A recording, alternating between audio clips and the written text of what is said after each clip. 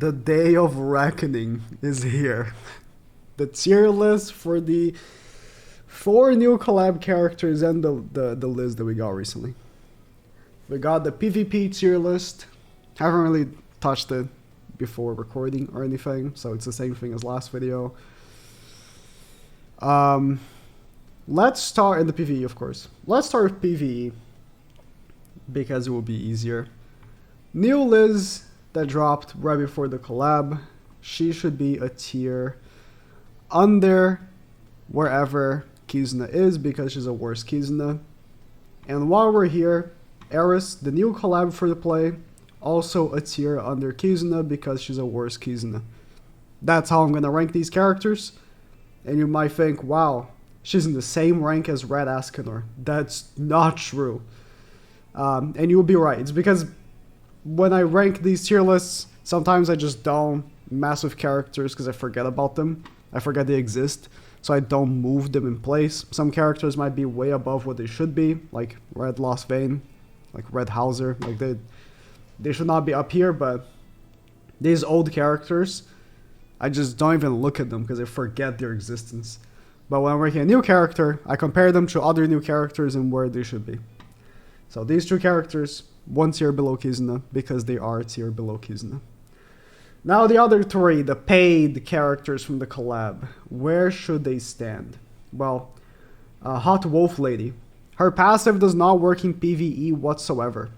So there's not much going here. Roxy. There's no place in the entire game where she would be relevant, but I can see a weird team combo for her shield. So I'll put her in, you can use them. Now Rudy. I was really hoping it would be a fantastic dog farm team. Or dog farm piece for my team. Unfortunately, didn't end up doing that. But he is very good. I think he has reason to exist in the game. So I'll put him up there. I'm actually bumping Roxy. So I'm putting him up there. He is actually, I think, oh man, he has so much potential. He's just missing stuff. Like, he's missing one character that will make him actually good. One human festival anniversary level that could make him good. And that ties to the PvP list. Now, I haven't talked about what they do this whole time because it's PvE. But when we start talking about PvP, I'll be pinpointing reasons. But actually before, why is Eris a tier below Kizuna? Eris is literally Kizuna but worse. Her passive is 30% attack related stats, 40 if it's a 4 player, like 4 unit activity, right? For specifically only red humans. While Kizuna gives 30% attack related stats to anybody, right? And if she's used with Rudeus, she increases damage even more. That's very specific. Only one like team comp possible, and if you can't run that team comp, she's garbage, while Kizuna is much more versatile. That's why. So let's close Eris, and Eris is going instantly into garbage for PvP because her passive doesn't work, so is Liz. So now the other 3 characters, the part that matters, the PvP tier list for them. Let's start with Rudeus. Why not? Rudeus. Oh, when I first used him, when I first saw him, I thought, easy meta tier. This guy can do an insane one-hitter quitter in 1 unit at 5 magic balls. Alright? I thought that was going to be the case. Having used him several times in multiple different team comps at this point, not as strong as I initially thought. He can, if you get very lucky, one-shot someone with a level 2 card, F5 orbs. The problem is, 1, getting to 5 orbs is tough. And it's tough for me, and I always go first. Basically always. I basically always go first. And it's tough for me to get 5 orbs. I can only imagine for players that can't go first. But even then, it's kind of tough to get 5 orbs. And he's good for cleanup with his level 1 at 5 orbs. If Ascanor... You have to use him with Ascanor. Like, you have to get characters low enough that he can clean up. He is not someone that's going to be one-shotting Melly, Mael, even Astarosis. I mean, Astarosis is blue, so makes sense. Type disadvantage. But, like, he cannot, you know, do that one-shot kill. Which, for a character that requires so much work to get to that state, you expect him to one-shot them. Because it took just so much work for you to get there. But he does not. Majority of the time, he does not. If it's a real player, not a bot, struggles significantly more than he should. And after he does that one big hit, you can't use his single target again for another 2 turns. It's tremendously difficult to use this character. If the anniversary character is like Bond or something, this guy can easily shoot up to meta tier. But for now, I can't in good conscience put him. He's sub-meta. He's usable. He's decent. But he is not top dog. Most certainly not top dog. Like, again, it requires one human stupid good unit to use him alongside Ascanor, like Ascanor, Rudeus, and then whatever character that is. Or maybe not Ascanor, maybe it's going to be another character, I don't know. If that happens, he can move up. Having used him so much at this point, no. For the other characters, so I thought that Wolf Woman is going to be the worst character of this story. But I was pleasantly surprised. She is the best character out of these 3. Easily. Easily. Now, I might be swaying into that position because of the current PvP rule. Right now, in Ungeared, which is where she shines the most, by the way, Unknown, like, collab team gets a 30% basic stat boost. And the biggest offender to the Unknown team is the Demon team. The Demon team cannot get that 30%. So, starting from next week, we'll see it better. But even after the rule goes away, I still think she's a very good unit.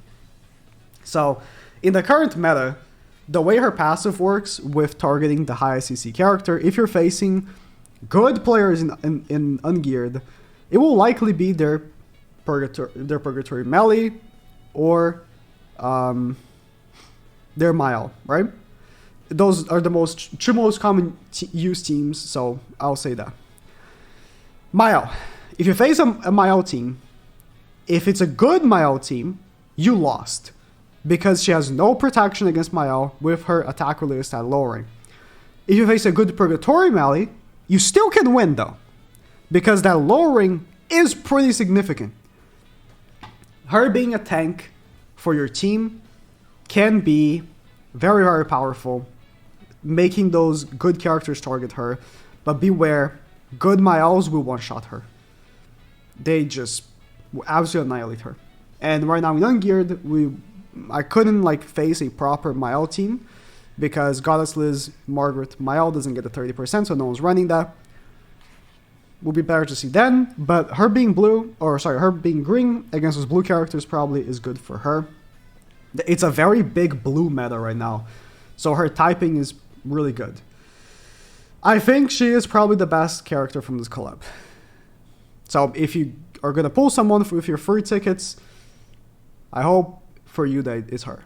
But if you don't have a proper Unknown team to run her, if you don't have Echidna, that's tough. But, you know, just have Echidna, bro. So her PvP, I'm ranking her at the top of submeta. Still don't think she cracks. Again, it's just impossible to win against good Maels. I can win against bot Maels. Oh, I will win against bot Maels. You can be sure of that. Against good Maels, physically impossible. Against good Meliodases, you can still win. hard, but you can still win. So I'll give her credit there. And that's basically all you face. Or you're facing other unknown teams. And those unknown teams are not very good. Or other good. I've faced like 3 of her this week. Or it has been a week, right? No, it hasn't.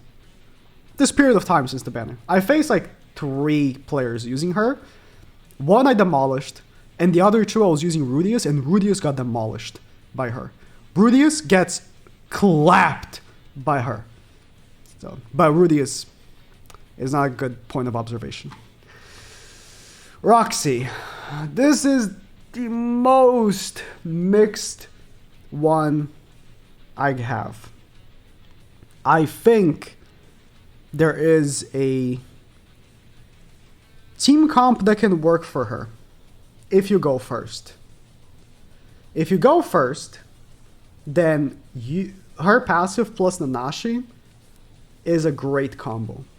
And unknowns have so many options that you can make it work in your favor. But if you go first, why would you use her? If you can go first, you might as well one-shot the enemy team with some other team, like goddesses or demons.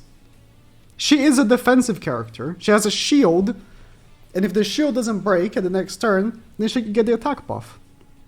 But the shield will only not break if you go first, and you have the Nashi passive. That's the, like, mixed signals I get from this character. Unknowns have been in a good state for like a long time. So I can see them still getting characters, but they're probably not going to get a festival for a little while. That's my guess, right? Who knows? But that's my guess. The problem I have with her is that she's not an unknown booster. Like most longevity characters are. Most longevity support characters are boosters. Ram, Echidna, Nanashi. Nanashi got the boost from the relic, doesn't matter. These are longevity characters, right? This is a support that has just a shield. And the shield is not very strong. I'll tell you, even the Holy Relic, the shield is not very strong. It will get deleted by level 1 for Mael. It will. So I don't know. I think that she is decent. That's it. I think that she is decent. I'll put her also at the bottom of sub-meta because she is usable in an unknown team. Now, I want to make some adjustments to some characters that are long overdue on this list. Let's put down this king. Let's put down the lane. Let's put down Shuna. I think Shuna... We've had so many unknown options now, especially with the new characters that just came out, that Shuna should be brought down a peg. She's not all that. I was going to put down Kusak, but then I remember some teams that actually made Kusak one-shot. I won't put him down for now, but he's really not all that. He's at the bottom of this tier. I think Ragnarok is so dog shit and will not be used in the forever space continuum unless somehow the next Ragnarok character is actually for PvP, because we thought this character was going to be a PvP based unit, but she wasn't. So who knows, right? Who knows? Some characters I don't want to bring a whole tier down, but I think they have gone in a state that doesn't deserve them to be all the way up there. Yeah, Slater's Red Grimoire. Blue Gil is like, now for me is still so powerful, it's just no one runs him. But there are so many good teams that don't use Blue Gil. I'll keep him there for the Nalphamy combo. Nah, I think I'll bring him down. And for now, that's it. Maybe we'll put down Trading Rally as well. Yeah. And for now, I think that's it. For that tier. I can bring down even more these other characters in this tier, to be honest. just terrible. You know, the PvP meta is so tough right now that there is no competence here. You know, the competence here was supposed to be characters that can be used but aren't great. Characters that can be used but aren't great are the sub-meta characters. Or at least the bottom half of them. Like, a character like DN is decent. Actually, no. She can be used, but she's not great. It's just the meta is so tough right now. It's so hard to crack. Not in a good spot. I can bring down... Anyone that's below sub-meta is practically unusable. So, just keep that in mind. That is it for the new characters. If you think different about the rankings, let me know.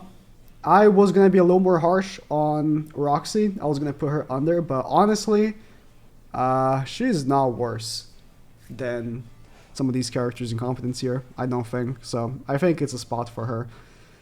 And potentially, we can see a shift here, but not now.